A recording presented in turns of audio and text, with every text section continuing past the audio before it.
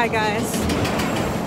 So as I said before, I am now moving everything over to the Becoming Untethered Facebook page.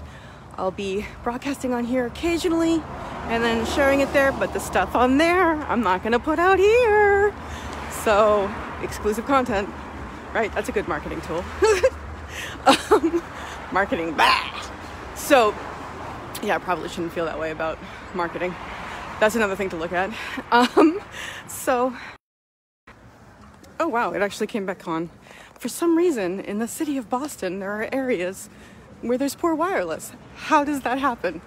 Anyway, so there are a million things I wanted to talk about this morning. Like, I have a billion thoughts going on in my brain that I'm trying to just like, hey guys, I know you're there, I'm not going to pay attention to you. But then another one's like, oh, you're not going to pay attention to that thought? Well, how about this thought? And I'm like, no, thought, I'm not going to pay attention to you either. And then another thought comes up and he's like, well, what about me? It's like, oh, this is tiring. So what I think I've decided to go with for right now, we'll see where it goes after this, is breakup, right? So brief recap. Last year, in the early months-ish, mid to early months, not that it matters, I broke up, or there was a breakup between me and my boyfriend of the time. And basic situation was we wanted to be together, we loved each other, but because of outside circumstances we couldn't be. Namely, his family. He's from a different country and cultural differences won out. But it was the right decision. It was the right decision. However, that doesn't make it any less painful, right? So I have gone through the whole time, I've actually spent a lot of time with you guys, talking about the breakup, especially as I was going through it. But I wanted to come back on and just, reiterate every once in a while, like, it doesn't just end. It doesn't just, like, you're not just over it. You don't get over it and then you're over it. You know what I mean? Like, it's, for me at least, I can't speak for you, but for me at least, it comes and goes. And right now, yeah, it's over and I've more or less accepted it. And there's still, because of the nature of everything, we went back and forth so much because we wanted to be together, but then we had to break up, but then we wanted to be together. So we kept getting back together. So there's still this part of me that's like, well, he'll just walk through the door. It's fine. But that's not happening. So that's what I've been working on accepting. And I'm at the point now where I just really miss him. Like, I really, really miss him. A lot of stuff still reminds me of him. Things we used to do together, like awesome memories and stuff. But you know what? I'm really lucky because I was able to get through the breakup in a way that I've never gotten through a breakup before in my life. And I don't have any bad memories about it, any regrets, at all. Even though it was, we got together and we knew it wasn't gonna, we thought it wasn't gonna end. We didn't really, anyway, it's a long story. And you don't need to hear it. The point I'm talking about is my emotions and how I'm dealing with them, right? So, I miss him, and everything, every other thing reminds me of him. And you know what? I pay attention to those thoughts only when I don't have anything else to pay attention to. Well, and that's not true, because there's always something else to pay attention to, right? But I find it easier not to pay attention to them when I'm doing things like working and I'm not just by myself. You know what I mean? That's great.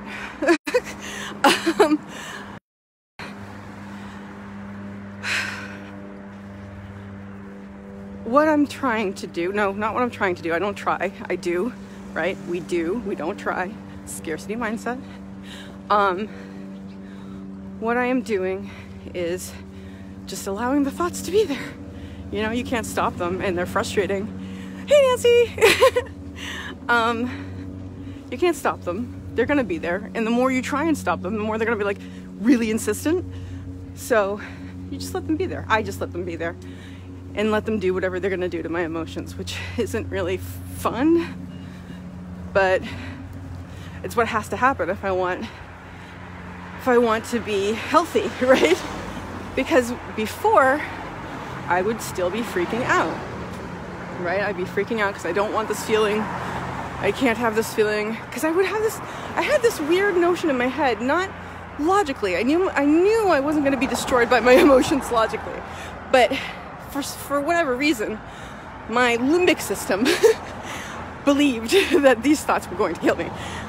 These emotions were going to kill me, and then I always had to do something about them, like call him, text him, whatever, you know. And I'm so glad that that's not the way it is, because that would have ruined everything. And we have something so beautiful. So rather than put myself through that anxiety,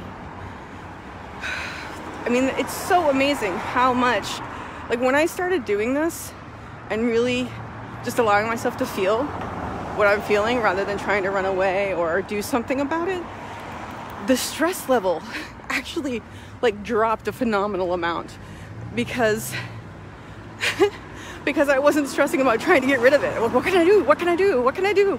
You know what I mean? Like no, I'm not going to do anything about it. This is just how it is. It's just going to be this way. And I'm just going to have to feel this. And the emotion was actually a lot less painful than it was when I was trying to get rid of it. I mean, it's still painful. Don't get me wrong. But anyway, the point is, I am many months out now, although it doesn't feel that way, because I still feel like he's close, because I think about him a lot. Many months out, and I'm still missing him, and that's a normal thing, right? That's why I'm putting this out there, because as you guys know, I'm doing these videos so that other people can see there are other choices they can make with their emotions and what they do with their thoughts and with their emotions, right? So yeah, it's just it's not a one and done thing, right? Breaking up with somebody, getting over somebody, it's not a one and done thing. And as these things come up, they're gonna feel bad, relative word, but that's the word that I have in my vocabulary right now. Hopefully I will progress to the next level at some point.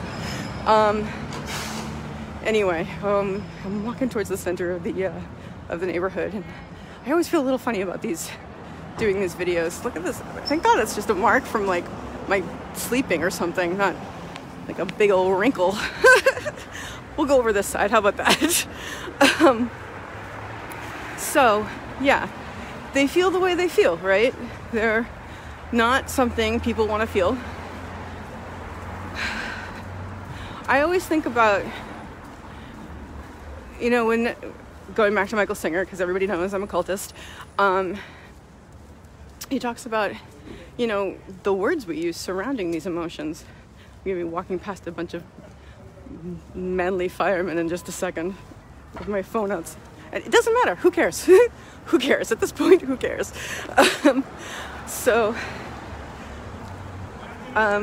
Apparently I do. God, that is really distracting to me. That's really distracting me.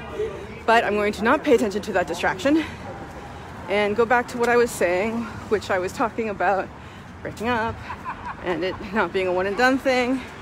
Oh, I had a good one coming up too. You're gonna feel what you're gonna feel. It's negative, but it's not negative. And eventually I'll come to that feeling. But okay, Michael Singer, right? He talks about the language we use surrounding things like this, like heartbroken, right? Our heart is broken. And that's literally what it is. You know, like not our physical heart, but the energy plane that is our emotions, right? All right, sorry, I have to keep switching hands because my arm gets tired. So we have these emotions that kind of swirl around and they hit different things, right?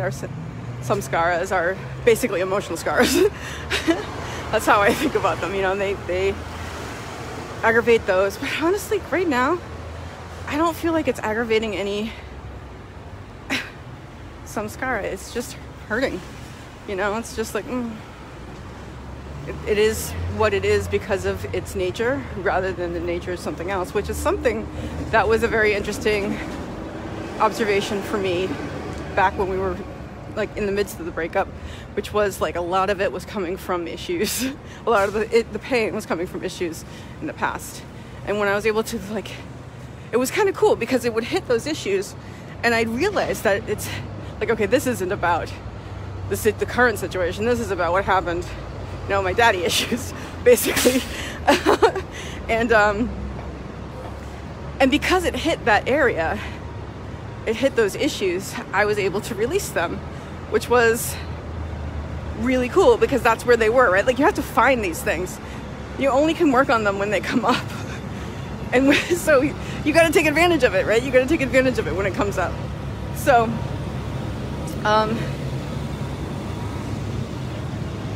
okay. Just gonna wait at the crosswalk here. Okay, cool. All right, thanks. Thank you. So, yeah, and that's a really cool thing to be able to use your emotions for as well. Like, oh, that's hitting my abandonment issues or the not feeling loved issues that were there from childhood. And I can feel in my body where that's, like even now talking about it, I can feel in my body where that's tensing. You know, I'm tensing up around here, and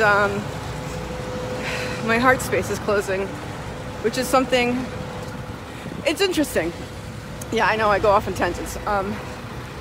I talked to a friend of mine when we were talking about yoga and body awareness, and I have been aware of my body pretty well for a long time. You know, I used to dance when I was a child, but in college I started doing yoga, and that was before everybody was doing yoga.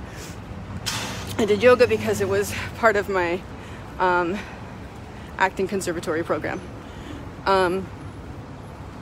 And obviously yoga is, you're inhabiting your body, right? You're paying attention to all the little tweaks and whatever that is happening, right? That's like pretty much the point. And so since that was kind of in me at a young age, I'm aware of my body, not more so than others, but more so, well, more so than some people. Let's put it that way. And I was talking to a friend of mine who's like, well, you know, I'm just not aware enough of my body. I can't do yoga. And I'm like, well, that's why you should do yoga. But, you know, you have to practice. Like, my point is, she was so unaware of where her body is in space and what her body feels like, because she hasn't really thought about, like, okay, what does it feel like in my shoulder? What does it feel like in my foot? You know, what are my toes doing? That's not something that she's ever done. And if she were to develop that sense, she'd have to do something like yoga and practice. And it wouldn't come right away, right? It wouldn't come right away. It would be it's a practice. And she'd have to do various exercises and find the best way to figure out what your body's feeling, where your body's feeling it is pain, right? Or at least a little discomfort, like right now on my back. But you know, okay, I'm aware of my back because it's in pain. Anyway, the point is, it's the same way with the emotional stuff, right? Or at least for me it was. Like the breakup came in and hit my issues from like dad and all those things from when I'm younger, and I was like, oh, there that is. that's where that's stored.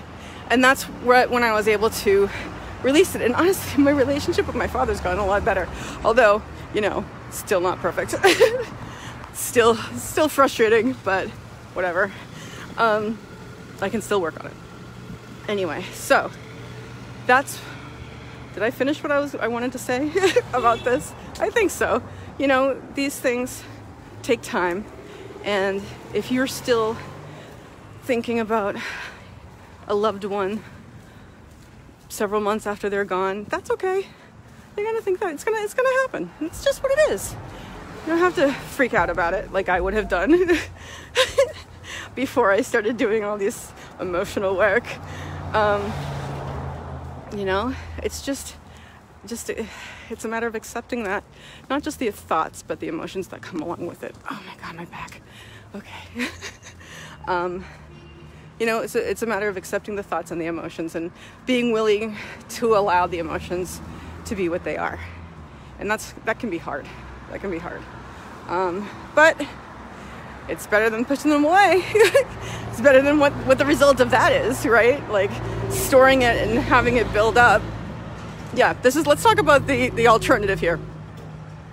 The alternative is to run away from them or try to do something about them or push them away. Hold them at arm's length.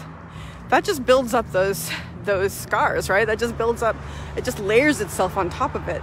Like so many of my past breakups, you know, a lot of that stuff is still down there because I never processed it. So